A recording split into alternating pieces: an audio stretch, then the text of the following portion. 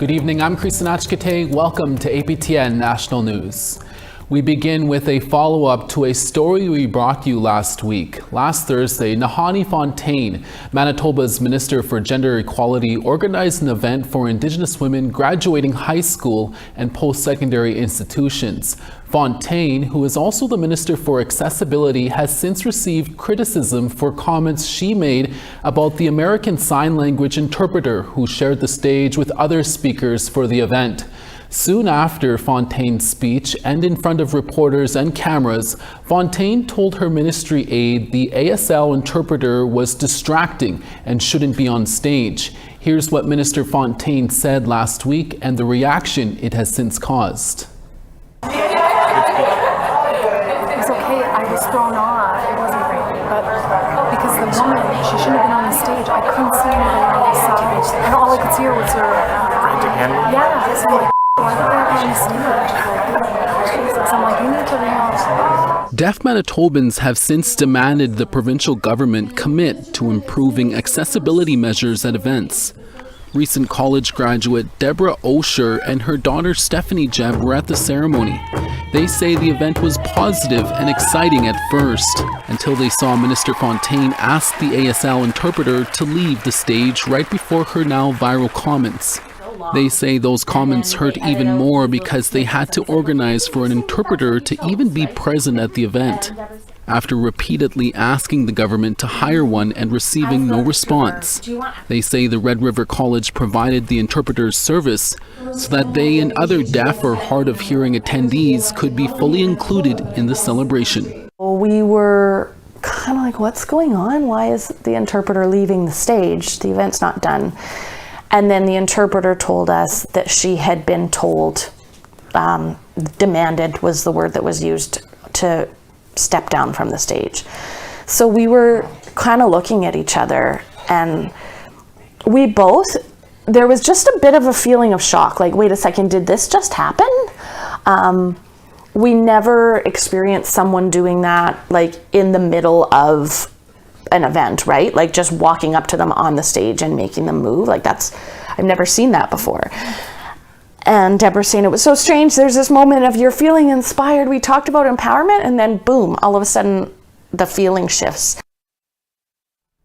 And we will have more on their story and their calls for justice tomorrow in our evening newscast.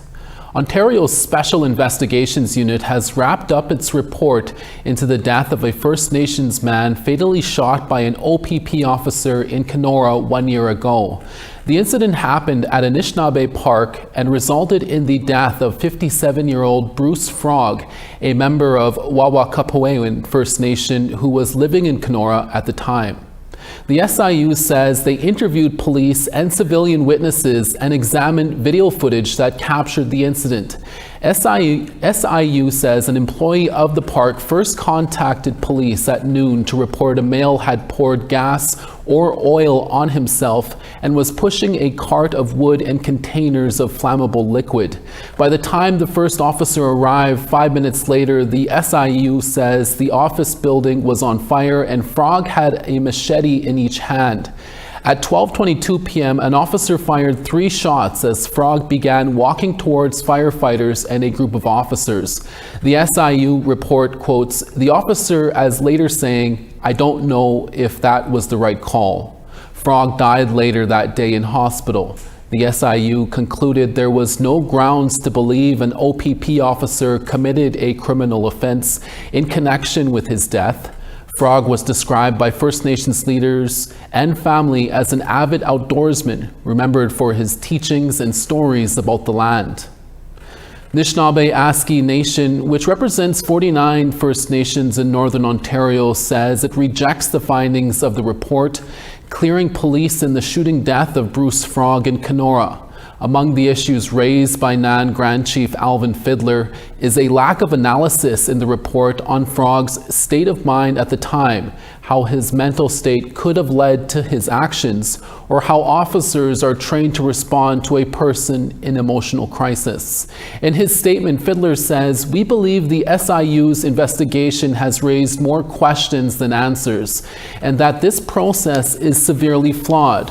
We are working closely with the family and community to explore other avenues for justice. People in Ministiquin Lake Cree Nation in northwestern Saskatchewan are mourning the loss of a community member after a dog attack killed a woman over the weekend, and a warning, some of the details in this story are disturbing. According to Saskatchewan RCMP, the woman died Saturday night. A community member told APTN News the woman was mauled by a dog or dogs in Ministiquin Lake Cree Nation. The incident happened at 9:40 p.m. and Loon Lake RCMP were called for what they say was a medical emergency. Paramedics later declared the woman deceased on scene. Hannah Lacombe told APTN News the woman suffered terrible injuries, including a severed arm. Lacombe says this isn't the first time a severe dog attack has happened in Ministiquin, and said last year a man was seriously mauled by dogs and lost both of his ears. She also said children have been previously attacked by dogs and left with serious injuries. Lacombe says leadership is meeting with a lawyer to determine what to do next. She hopes new rules or decisions are made as a result will not come from a place of fear, panic, or liability. In a statement to APTN News, Lacombe added, "Each time these attacks happen, nothing meaningful changes. The only response our leadership and council ever give is to send an unqualified person to drive around and shoot dogs at random. No proper assessments are made which animals are truly dangerous, which are people's pets, or which are strays that could be helped. This is not a solution. It is a reaction that does nothing to protect our people or our community."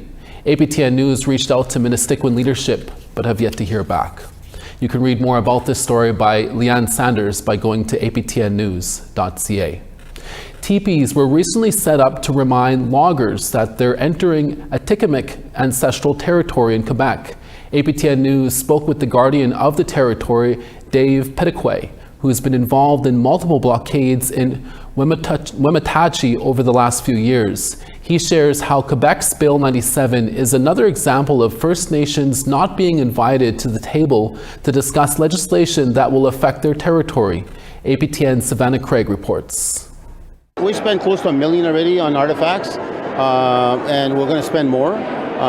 We have a lot of our citizens themselves trying to donate stuff to us that they got from their great-grandmothers and great-great-grandfathers.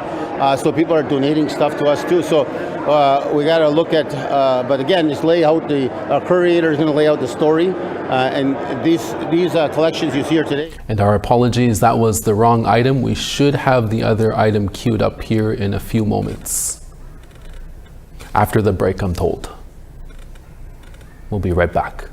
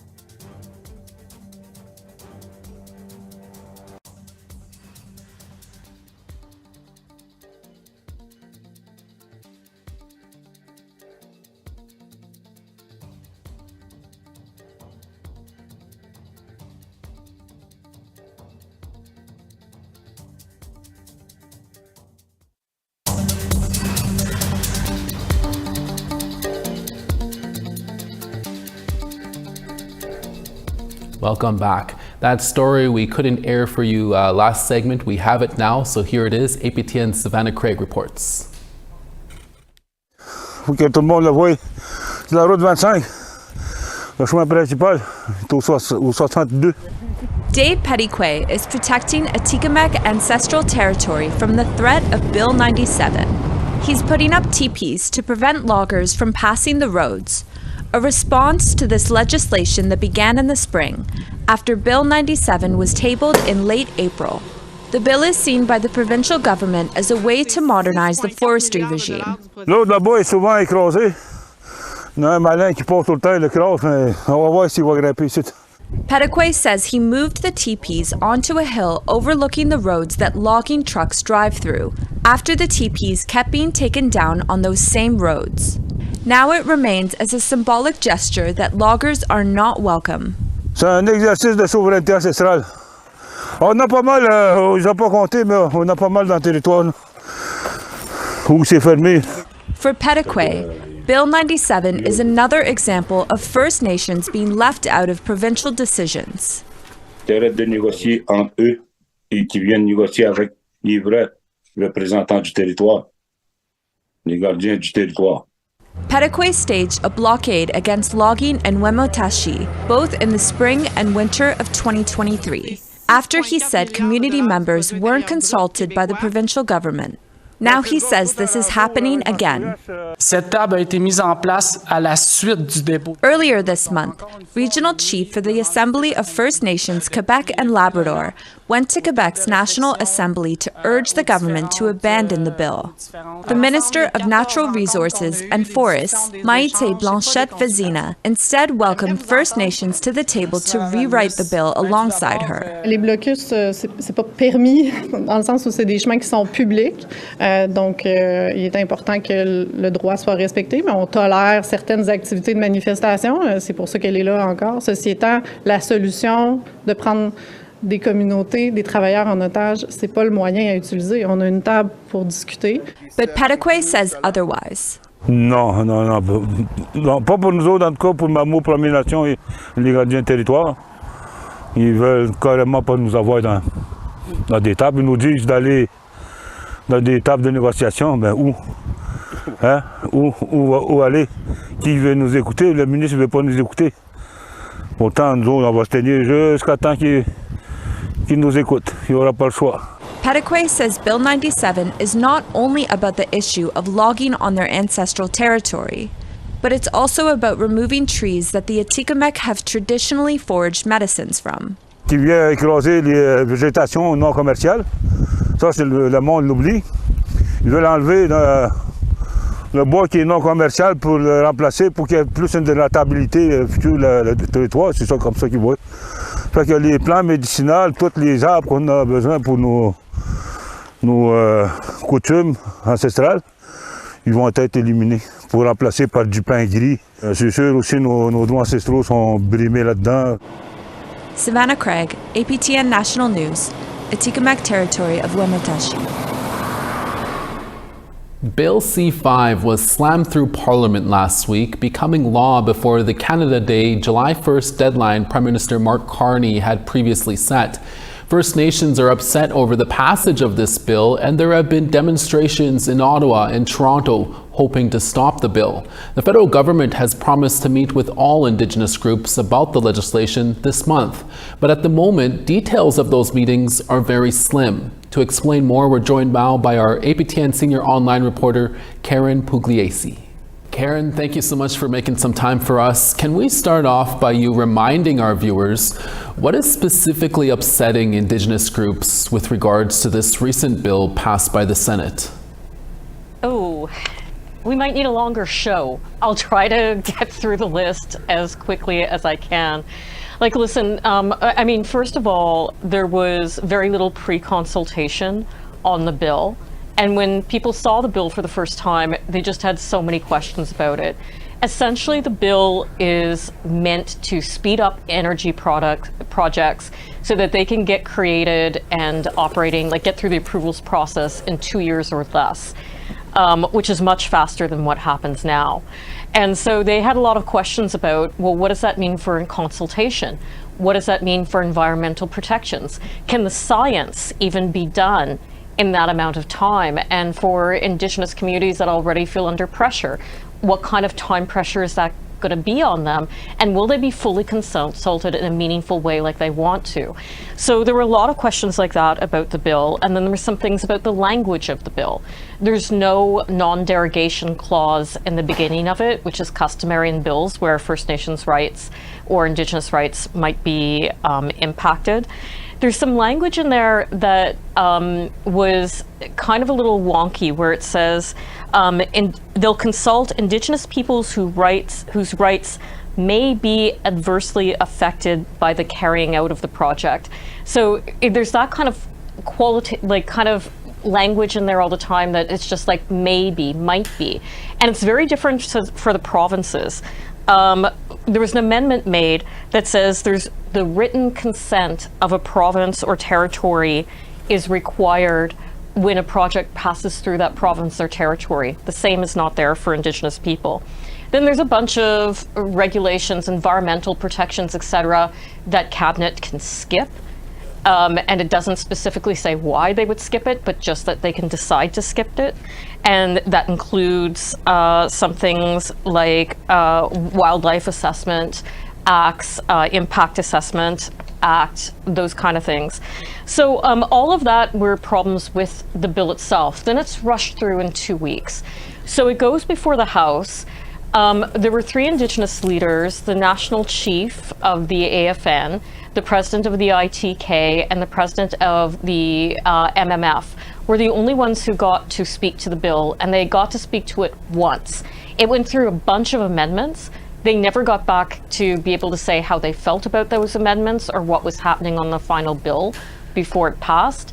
And a bunch of leaders, particularly from Ontario, there was about a dozen chiefs that showed up that wanted to testify and do witness before the Transport Committee. They were given a time, and then it was taken away, and they were told there was no time to actually consult them on the bill. So people have a variety of things that they're upset about. Karen, there is talks of a meeting between Prime Minister Mark Carney and Indigenous groups to help set things straight. Can you explain, when did that idea for the meeting first come up and why? Yeah, it came up after third reading. I think because of a lot of pressure. There was a lot of criticism over the lack of consultations on the bill and what consultations are going to look like going forward. So that came up the Friday that it passed on June 20th. Prime Minister Carney came out and said there was going to be like 3 summits. And one of the summits is supposed to be July the 1st, July 17th, with First Nations rights holders and leaders and experts, and that's going to happen in Ottawa, and he's going to be there with his ministers. There'll be another one in July with Inuit leaders, and another one to follow at some date in the future with Metis leaders. And so far, Karen, what are some of the details about this meeting? Yeah, there aren't any. That's all we know. That is what the Prime Minister said. Minister Mandy Gamasti was there along with him, the Indigenous Services Minister, and she said they've been talking about this quite a lot behind the scenes at Cabinet, but actually just hadn't made it public. This is a very short time to pull this all together. Because if you're talking about Indigenous right holders being present, like just for First Nations leaders, that would be 633 leaders that have to get to Ottawa by July 17th. And we didn't get any answers out of the Privy Council, who are organizing this so far, about who's going to be included. But a source close to the Privy Council told us that they don't have a list yet. Of guest list. They don't have a venue set up, and everything seems very preliminary. Karen, we'll have to leave it there. Thank you for your time. Thank you. In Winnipeg, the Manitoba Métis Federation unveiled a new collection of Red River Métis cultural items acquired for its Heritage Centre. It's called the Grandmother Collection, and it includes 142 Red River Métis cultural items dating back as far as the 1830s. The announcement was made at a Wednesday event commemorating the reopening of Winnipeg's Portage and Main intersection. The Red River Métis saw that as an opportunity to establish a stronger presence downtown. The collection includes beadwork, quill work, embroidery, and weaving applied on items ranging from clothing to fire bags. The MMF worked with Métis artist and writer Gregory Schofield to acquire the collection. Today, a selection of items including a beaded jacket, octopus bag, and sash was unveiled. A permanent home will be in the Red River Métis National Heritage Centre, which is set to open in 2027. MMF President David Chartrand said investing in artifacts will help preserve Métis stories and bring history to life. We spent close to $1 million already on artifacts, and we're going to spend more. We have a lot of our citizens themselves trying to donate stuff to us that they got from their great-grandmothers and great-great-grandfathers. So people are donating stuff to us too. So we got to look at, but again, just lay out our curator is going to lay out the story. And these collections you see here today date back to 1830 and forward. Some of them might trickle into 1820, 1815. But again, it tells a story of the people and who they were and how proud they were. We have photo of the day, weather, and more stories for you when we come back. Stay with us.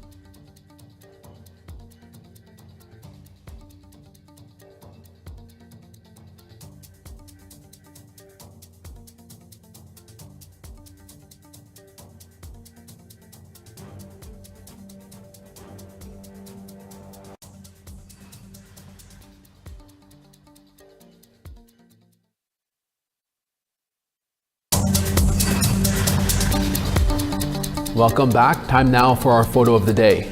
This idyllic scene from the Papikassis Cree Nation in Saskatchewan was sent in by Jean Stonechild from a teepee to an old shed and a modern children's bicycle, all within a forested setting. Thanks for that, Jean. Send us your photos to share at aptn.ca for the chance to be our next photo of the day. Now let's take a look at tomorrow's weather forecast. On the east, St. John 17 in rain, Charlottetown 23 in rain. 17 in Cartwright, La Grande River 22. Montreal 26 in rain, Quebec City 25. Ottawa 28, Sarnia sunny there and 28. 23 in Timmins, Sioux Lookout 23. Churchill 20, Thompson 22. 27 in Winnipeg and Sun, Barons River, 23. Saskatoon, 26. Regina, 26. 24 in La Ronge, Buffalo Narrows, 24. 24 in High Level, Grand Prairie, 25. 29 in Lethbridge, 31 in Medicine Hat and Sun. Sunny in Tofino at 22, Penticton 33. Fort Nelson 25, Dees Lake 19 in rain. Watson Lake partly cloudy and 21, Mayo 22. 24 in Trout Lake, Norman Wells 25. 18 in Fort McPherson, Polituck 14. 18 in Baker Lake, Chesterfield 16. And Iqaluit 12, Arctic Bay 6. After several months of planning, sketching, and finally painting, Indigenous students at a Northern Ontario high school have completed a mural, which they hope will inspire generations of students to come. The mural is one of many art projects overseen by local woodland-style artist Lucia Laforde. APTN's Mike McDonald reports. It took a lot of work and several layers of paint, but what was once a simple white wall at St. Mary's College has been transformed into a vibrant display of color and culture. Woodland-style artist Lucia Laforde says each day of work on the mural began with some type of cultural activity. There's about 16 students throughout the whole entire project, and first we just started with ideas. We talked about woodland art, we talked about teachings, we drummed together, we smudged every time we met, and we just talked about the story that they wanted to tell. And after weeks of discussion and concept drawings, the group decided on a design. We finally came up with one final idea that really centered around the 7 grandfather teachings, their care for the environment. They wanted to talk about the themes of, loss, resilience, all the things that Indigenous students face. Laforde says the mural is not just a celebration of culture, it's a legacy. We're talking about how Indigenous students need to find pride in themselves.